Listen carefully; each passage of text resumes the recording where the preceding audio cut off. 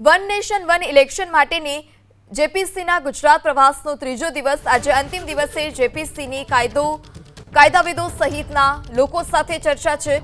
ગુજરાતના સિનિયર વકીલો સાથે જેપીસી બેઠક કરશે। બાર કાઉન્સિલના વકીલો પણ આ બેઠકમાં હાજર રહેશે। જેપીસીના ગુજરાત પ્રવાસના અંતિમ દિવસે બેઠકનો દોર યથાવત। જેપીસીએ કેન્દ્રીય શાસિત પ્રદેશના વહીવટી પ્રશાસન સાથે પણ બેઠક કરી। દીવ, દમણ, દાદરાનગર હવેલીના પ્રશાસન સાથે પણ જેપીસી બેઠક કરી છે।